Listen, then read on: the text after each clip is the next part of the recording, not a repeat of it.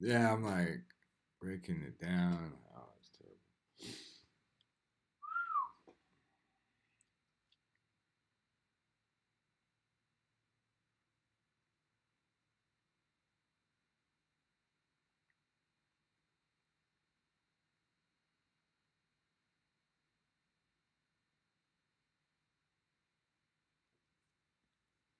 Fried chicken with the fish grease.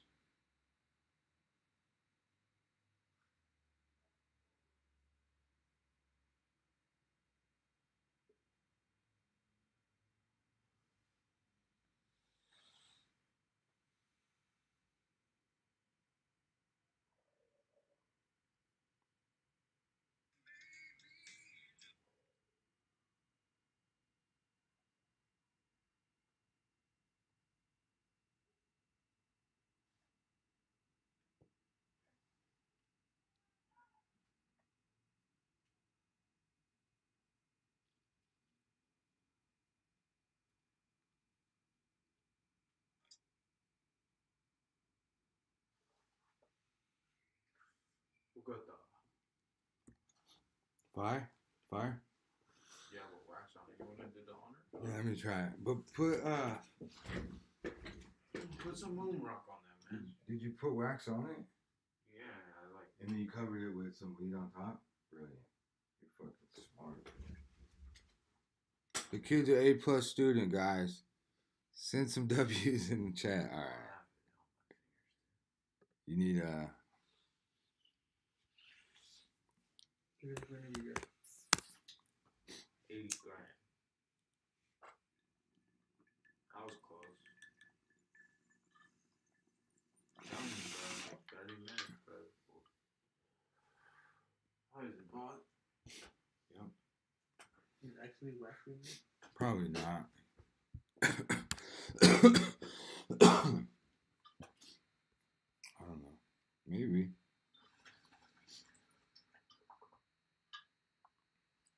Want to find out?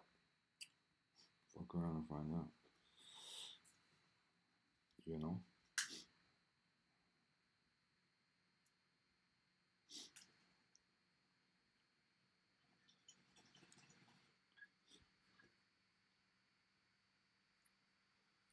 Okay, so look, we about to go into this Young Thug shit.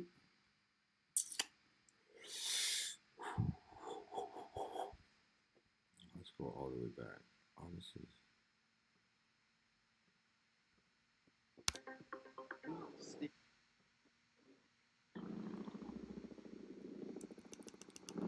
This was a badass,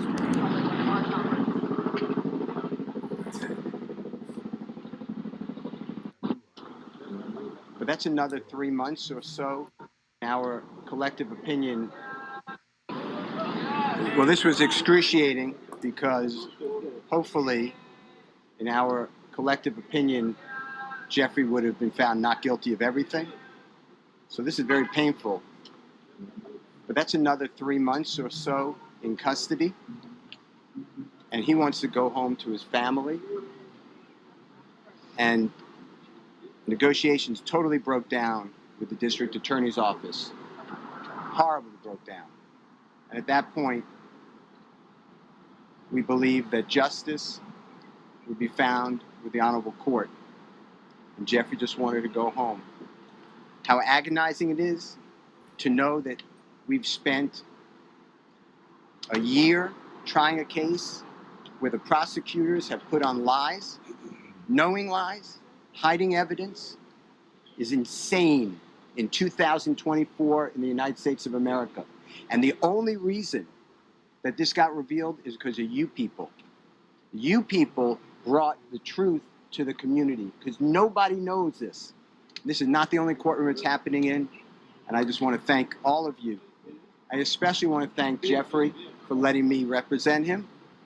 I think he's a wonderful person who does wonderful things and will continue to do things even greater. I cannot express to you how Shaquille Kokomo, how Trisha Renard, how Haley, how my wife Colette, how Bram, how countless people, but especially Miss Courtney Edwards, has worked without sleep for 3 years representing Jeffrey and helping him. I will never be able to stand with anyone more ethical, honest, hardworking, insightful, intelligent, and kind than the Honorable Keith Adams. The gentleman to my left is the best lawyer in the country. Mr. Steele, do you think prosecutors negotiated in good faith at all during any of these negotiations? Let me take this one. Let me answer that. The short answer is no. This is a case that possibly could have been resolved if folks were reasonable.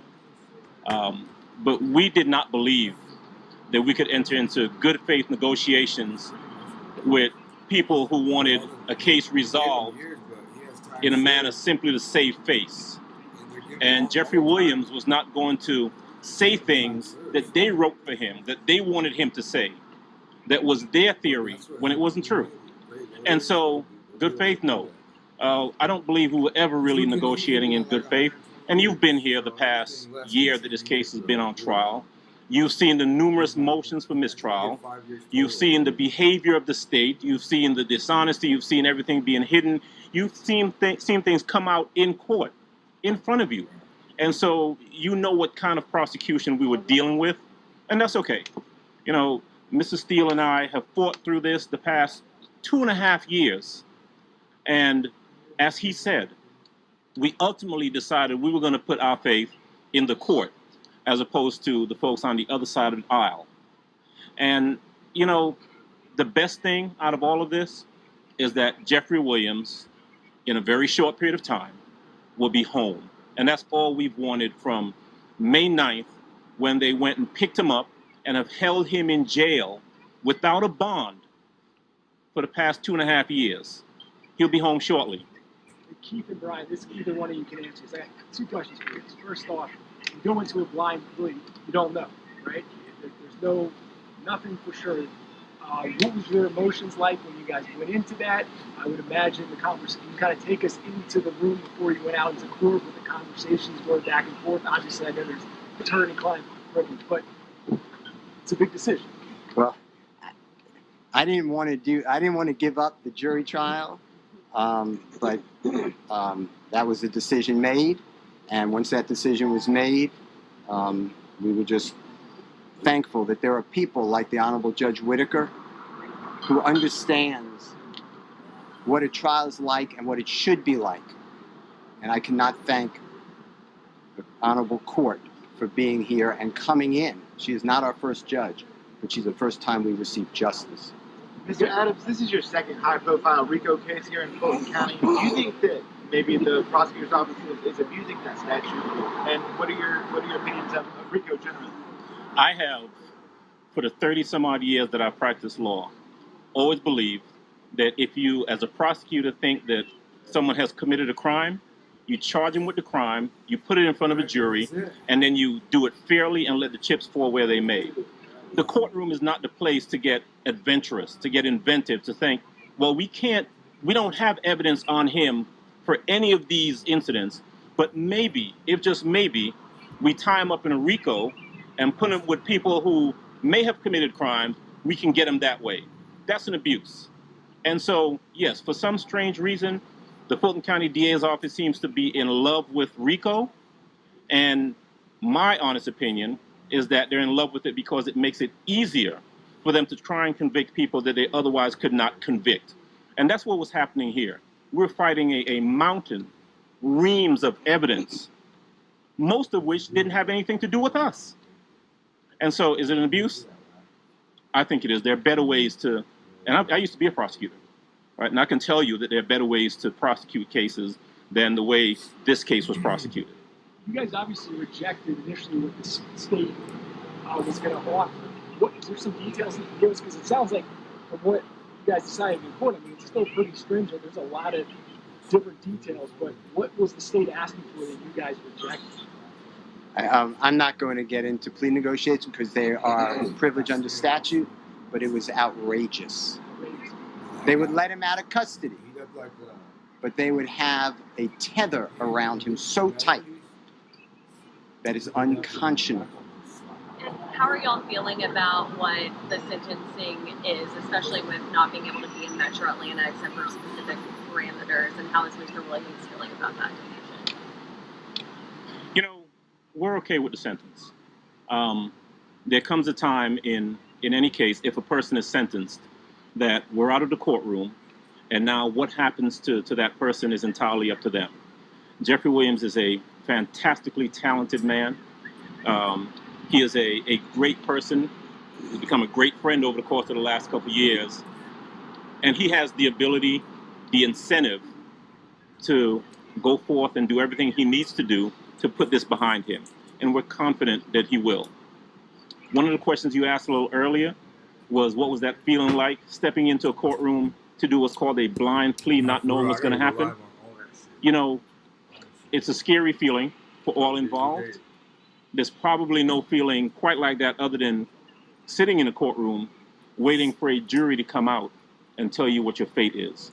But we walked in there knowing that we were in front of a fair tribunal and being comfortable that the right thing was going to happen, and the right thing did. What do you think about your client just serving as a role model? Obviously, as part of the agreement, he's going to be participating in the community, doing events, things like that. Obviously, he has a huge reach for what he does for a living.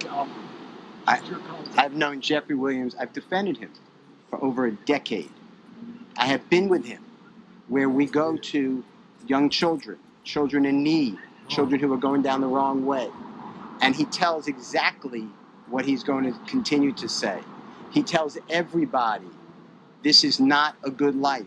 We have to stop the generational disaster that is plaguing the community.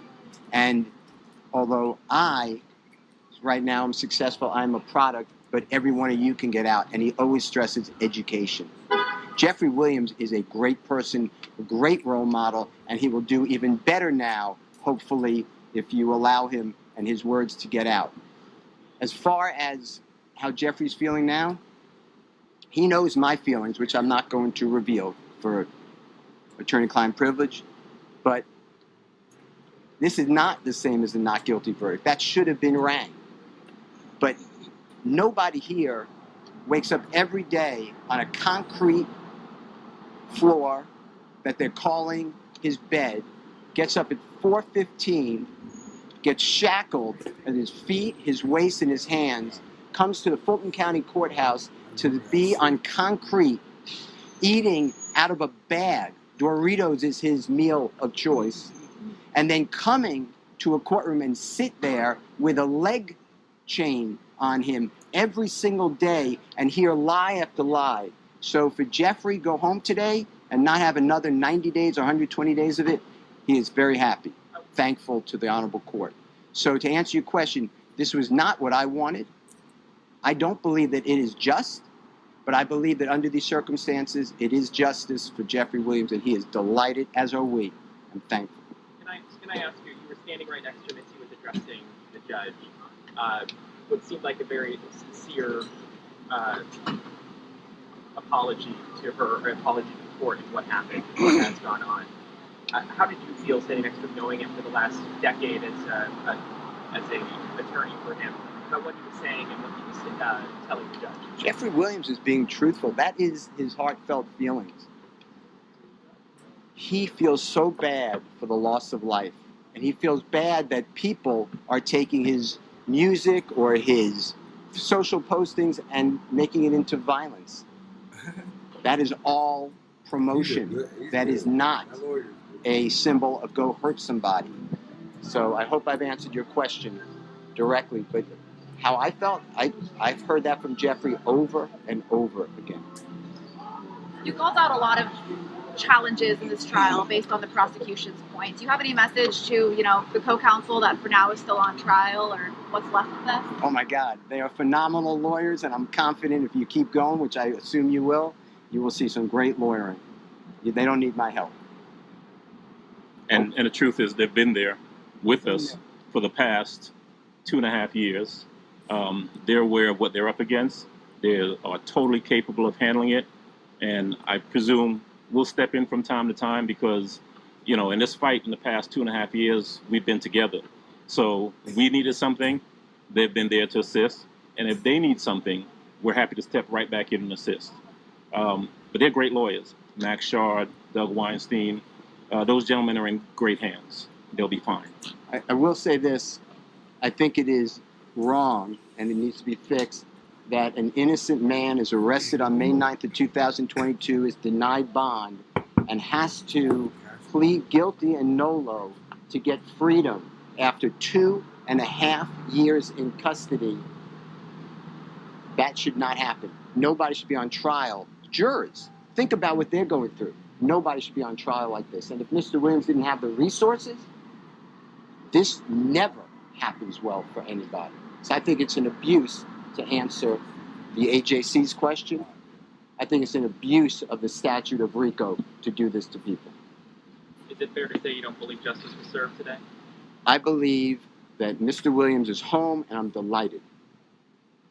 Justice would have been served on May 8th of 2022 if the grand jury no-billed his indictment. That would have been just.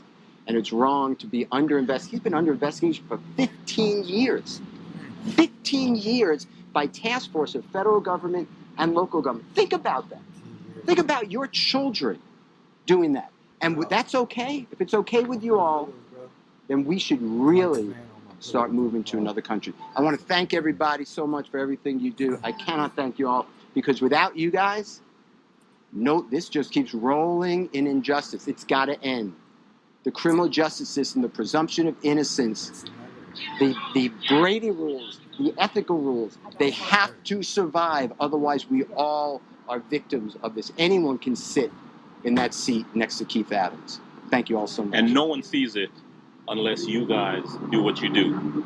But I tell you what, there is a whole world of people out there who have watched this trial over the course of the past 2.5 years. The past year that we've actually been in the courtroom trying the case, who are much more educated to how things work, and unfortunately, sometimes how things don't work. Thank you guys. Thank you, everybody. Thank you. Right. Brian. Chef Steve.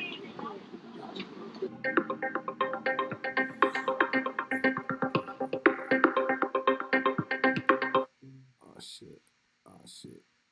Man, that was crazy. So Young Thug going home, bro. That trips me out. But he is the most influential artist of our generation, so it makes sense that he gets to go home.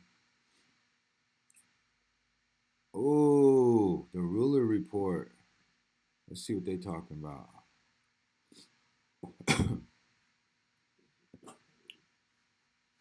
What is it? 11? All right. This is our Model 10 bracelet. It wasn't the first piece I made, but it was the piece that made us, and it's been our flagship ever since. They're made to order, from the raw materials to the final house in our foundry right here in Los Angeles.